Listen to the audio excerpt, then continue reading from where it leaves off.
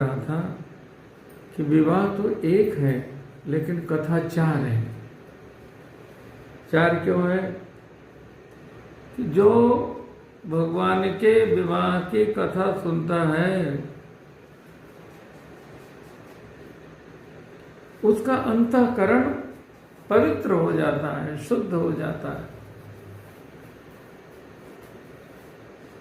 अंतःकरण हमारा एक है लेकिन उसके चार भाग हैं।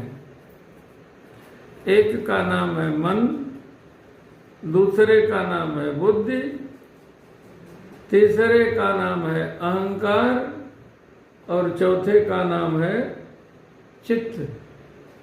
मन, बुद्धि, चित्त और अहंकार, चार। जब तक इन चारों का समर्पण नहीं होगा तब तक हमारा जीवन धन्य नहीं होगा।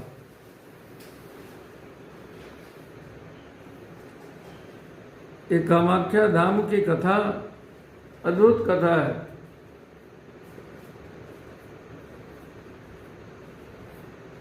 भगवान ने इसीलिए चार विवाह किया। पहला विवाह स्वयंवर विवाह। स्वयंवर विवाह क्या होता है? कन्या स्वयं वृणुते वरम। कन्या स्वयं अपने वर का वरण करती है। वर के वरण का अधिकार कन्या को होता है। ये स्वयंवर कथा। जानकी जी ने फुलवारी में राम जी का वरण किया। ये कथा मन के समर्पण की कथा है।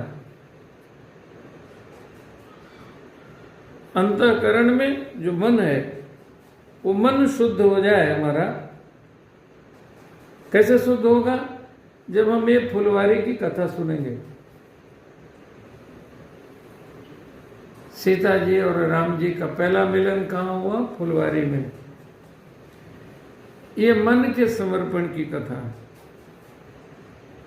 सीता जी ने राम जी का वरण कर लिया, राम जी ने सीता जी का वरण कर लिया। लेकिन जनक जी ने प्रतिज्ञा की है। जनक जी की प्रतिज्ञा जब तक पूरी नहीं होगी तब तक सीता जी का राम जी से विवाह होगा? बोलो, नहीं हो सकता। तो ये जो प्रतिज्ञा विवाह है, जनक जी की प्रतिज्ञा पूरी हुई, ये बुद्धि के समर्पण की कथा। क्यों तिवारी? ये बुद्धि के समर्पण की कथा। दो कथा हुई। और तीसरी कथा, राम जी ने धनुष तो तोड़ दिया और वरमाला अभी सीता जी के हाथ में है। जब तक सीता जी जयमाल नहीं पहनाएंगे तब तक, बोलो, विवाह पूरा होगा? गीत होगा।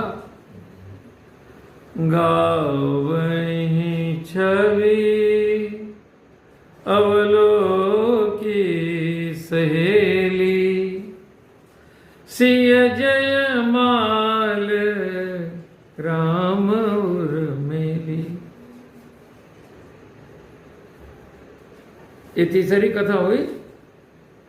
ये जयमाल की कथा है। ये चित्त के समर्पण की कथा। इदम ते चित्तम मे चित्तम, इदम मे चित्तम ते चित्तम। जानकी जी ने राम जी को, राम जी ने जानकी जी को चित्त दिया। ये तीसरी कथा। पहली कथा शुरू हुई थी मन दिया। राम जी का मन जानकी जी में, जानकी जी का मन राम जी में। ये कथा आज की है। आज हम सुनाएंगे। तो तीसरी कथा हो गई। अब चौथी कथा क्या है? भाई राम जी ने धनुष तोड़ दिया, तो सीता जी किसकी हो गई? राम जी की। विवाह तो हो गया, तो लिखा भी रामायण में, टूटत ही धनु भयउ विवाहु, सुर नर नाग विदित सब काहू। विवाह हो गया। अब कौन सी कथा बची?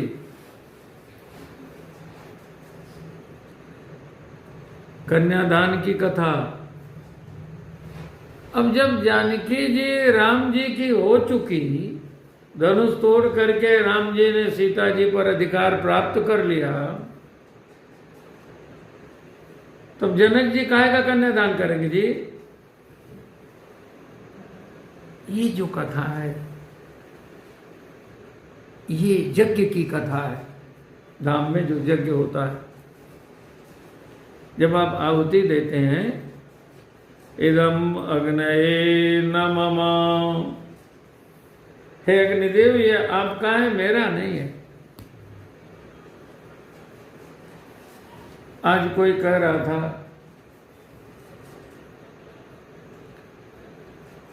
इतने लोग भोजन करते हैं, तो तिवारी जी ने कहा ये मैया भोजन कराती, गौ माता को कौन भोजन कराएगा जी? गौ माता सबको भोजन कराती है ना। सब कुछ तो भगवान का है। जानकी जी राम जी की हैं, राम जी जानकी जी के हैं। फिर भी जनक जी को ये सौभाग्य मिला है, आज जनक जी कन्यादान करते हैं। ये चौथी भी कथा आएगी चौथे दिन।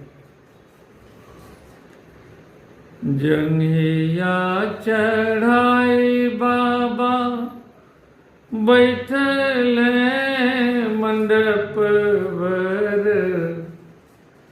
जनक करत कन्या दान है। ये भी कथा आएगी। जानकी जी तो राम जी की हैं, लेकिन आपकी ही वस्तु हम आपको समर्पित करते हैं। जब हम भगवान को भोग लगा करके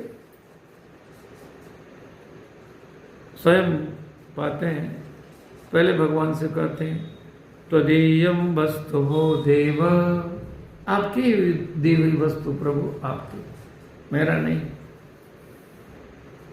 तोभ्यमेव समर्पये, आपको हम समर्पित कर रहे हैं।